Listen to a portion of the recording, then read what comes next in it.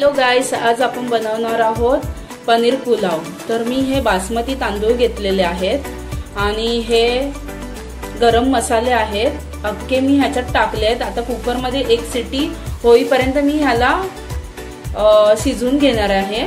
Gravy बनवण्यासाठी मी 3 कांदे घेतलेत आणि 3 टोमॅटो घेतलेत। हे मी आता उभे चिरणार आहेत आणि नंतर मग तुम्हाला पुढची स्टेप दाखवते।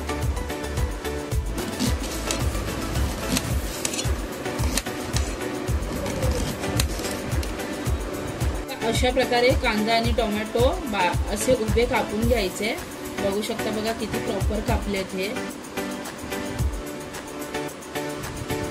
पनीर सेलो फ्राय करायला असे बारीक बारीक याचे तुकडे करून घ्यायचे तशा प्रकारे।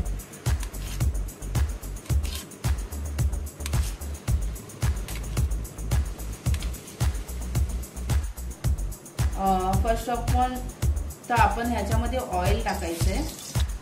पनीर थोडे फ्राय करण्यासाठी मी थोडं ऑइल टाकलेलं आहे, ते थोडं गरम झालंय। तर आता आपण यात पनीर ओतूया।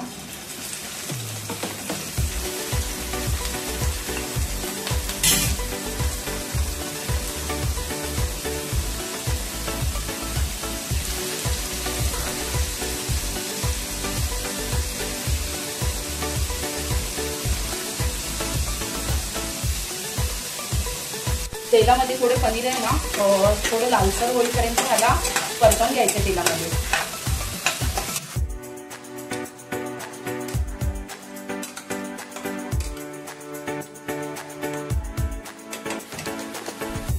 अशा प्रकारे पनीर एकदम लालसर थोडं रंग येईपर्यंत असा परतून घेतलेला आहे।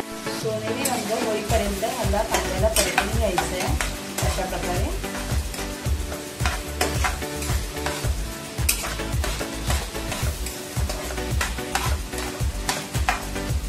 कांद्याला बघा लालसर रंग आलाय। आता यामध्ये आपण टोमॅटो ओतूया।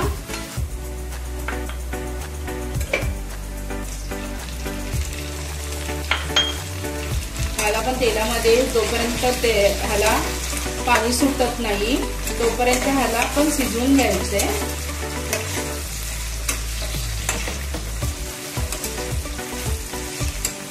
2 टेबलस्पून ह्याच्यामध्ये मीठ टाकूया। चवीनुसार तुम्ही मीठ टाकू शकता, तुम्हाला जर जास्त हवं असेल तर तसं टाकायचं। आता मस्त पाणी सुटलेलं आहे। तर आता यात आपण आहे ना मालवणी मसाला टाकूया। तुम्हाला चवीनुसार जेवढं हवं तेवढं तुम्ही ऍड करू शकता याच्यामध्ये।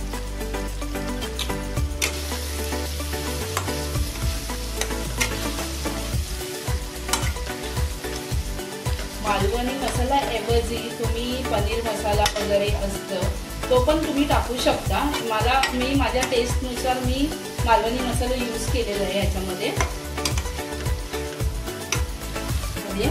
आता आपण यात उकडलेले हिरवे वाटाणे टाकूया।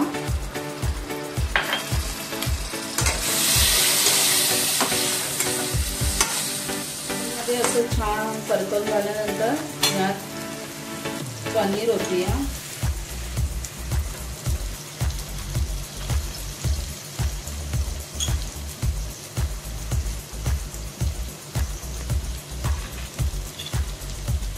ग्रेव्ही मध्ये ह्याला मिक्स करून घेऊया।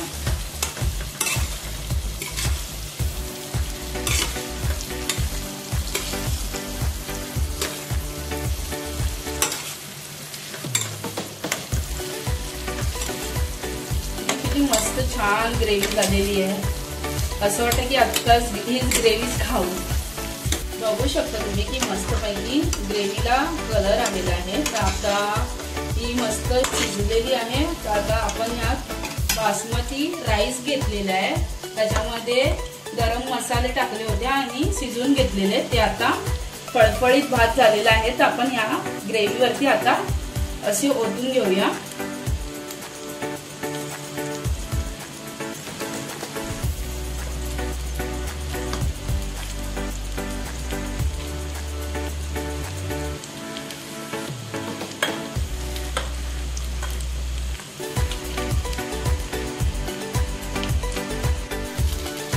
ग्रेव्हीला राईसमध्ये आता मस्तपैकी मिक्स करून घेऊया.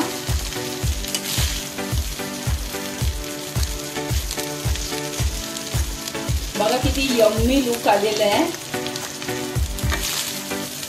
दिसायलाही आणि खायलाही एवढी खूप मजा येणार आहे.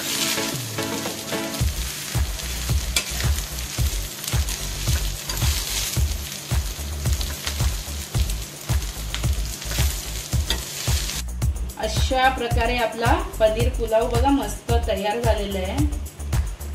मस्त सुटसुटीत झालेला आहे. तुम्ही बघू शकता. तुम्ही पण ही रेसिपी नक्कीच ट्राय करा अशा पद्धतीने. जर तुम्हाला आवडली असेल आमची रेसिपी तर कमेंटमध्ये तुम्ही प्लीज रिप्लाय द्या.